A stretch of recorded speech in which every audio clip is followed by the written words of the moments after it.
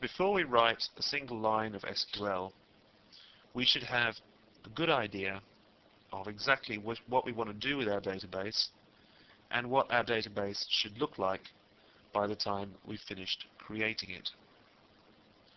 We should go through a process of planning or data modeling before we start implementing our solution. The question, where do we start when we're about to create a database solution for a particular problem, is best answered that we should first of all understand the nature of the problem. We should look first to the real world needs or problems that have created the need for the database. Sometimes it'll be just us who needs to use the database, and therefore it's simply a matter of getting our thoughts together on paper or in our heads or however we wish to do it. More likely though, we'll be designing a database for a number of people, all of whom have an idea about what they want to get out of the database, and this could be such a diverse range of people as the head of the organization, the programmer who is going to interface with our database, the end user, the person who is going to provide technical support to the end user, the customer, and so on. So it's important that we consult everyone involved and get a good idea of what their opinions are as to the needs that underpin the creation of the database. It's important that we analyze the problems that underlie the needs for creating the database in the first place, and that we have a set of objectives that everyone has agreed upon and that we can go forward to implement. Once we've done our consultation and we've talked to all the relevant people, or if it's a very small project just involving, say, yourself or you and one other person, had a chat or even just sat down and had a think about it, it's time to start getting a little more concrete about the way in which we want our database to be structured. I like to start putting things down on paper from the earliest opportunity. And this doesn't have to be in a very structured way at all. I like to use a simple brainstorm, just a scribbling on a piece of paper, to get some ideas down as to what I think I need to include within my database. There's no particular logical right place to start here, just want to get as many ideas down on the paper. I'm taking as an example the library database that we looked at in the last movie, and how I came to come up with that particular set of tables.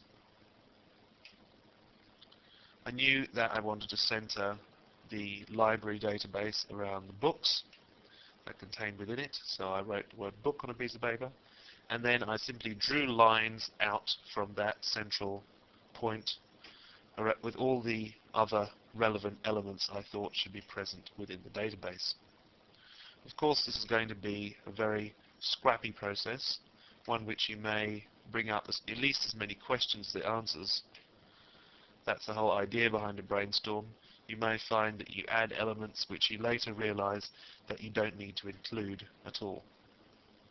That's all fine. Part of the process is making the mistakes early so that you don't make them once you've implemented within your database, and then you have to worry about programming, taking data from one place to another, and all these other kind of hassles and nightmares. It's much better to make the mistakes on the drawing board and get them all ironed out as much as possible before you go to implement your solution.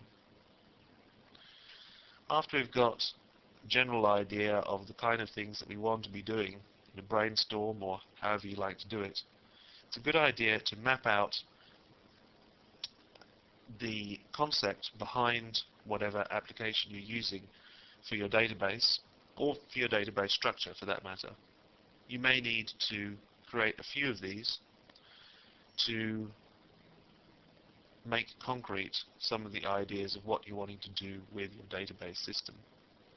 For instance, this one is a simple diagram that illustrates the way in which I want to run a search query on the data. I want to be able to search by title, author, ISBN or publisher, and I want it all to have the same result and come back as the results of my query. So a simple diagram, even as simple as this, will help to solidify in your mind exactly what you want to be doing. It's at this point that you can start getting technical, by which I don't even mean writing any SQL yet. I'm still several stages away from that. Now it'd be a good idea to create an entity relationship diagram. The idea of entities is a common one across various different disciplines within programming and software design. If you've done any programming before, you'll be aware of the object paradigm and the structures of object-oriented programming. With a relational database management system, our entities are rather different to the objects within object-oriented programming languages. However, they do have some similarities. Each of the objects should be a single item within our database, and we should try to stick as closely as possible to real-world entities. For instance, we may wish to create an entity called a book. And in general, our entities within our entity relationship diagram will translate directly to tables within our database. There are some specific ways to create an entity relationship diagram. Some ways of drawing lines to represent the relationships between entities. You can follow these if you wish, or you can use your own method. It doesn't really matter. So long as you understand and you're consistent about the way you're laying out your diagram, that's the main thing. Most important thing about entity relationship diagrams is that all entities that are going to be included within your database are mapped out in your diagram. For instance, we may have a book entity and a publisher entity. We also need to specify the exact way in which they relate to each other. We draw lines between each of the entities that relate to each other, and then in some way we annotate these lines to show the particular kind of relationship it is. It's usual to put a crow's foot or extra little lines there if we want to show a one-to-many relationship. If it's a one-to-one relationship, we simply put a single line. We can also use a circle to indicate that the relationship is optional on the part of one or other of the entities. That is to say, a publisher can exist within our database that hasn't published any books yet. This allows for all kinds of different theoretical eventualities. We put the circle on the side of the book because the publisher can exist without the book, but no book could exist without a publisher. Similarly, we put in a genre entity within our entity relationship diagram. However, there's a slight difference here because genres can exist for which we have not yet entered books into our database, but we can have books that defy genre, books that refuse classification. Therefore, I'm including an optional, a little circle there to show that it's optional at both sides of the relationship. However, it's still the same kind of one-to-many relationship. One genre, many books. We could go further and complicate that to say that a book can cross between two genres, but I think that's better exemplified by the author entity. Now, we could simply put a one-to-many relationship there between books and authors, but that would only allow books to be written by one author. Now, that is not a rule that we can impose on our library, especially if we're going to be using technical or non-fiction books, many of which are written by more than one author. In order to represent a many-to-many relationship, as in any number of books can be written by more than one author, we have to use a bridging table. I've called this book author, and this is a way of implementing a many-to-many relationship in a way that can be used by our relational database management system.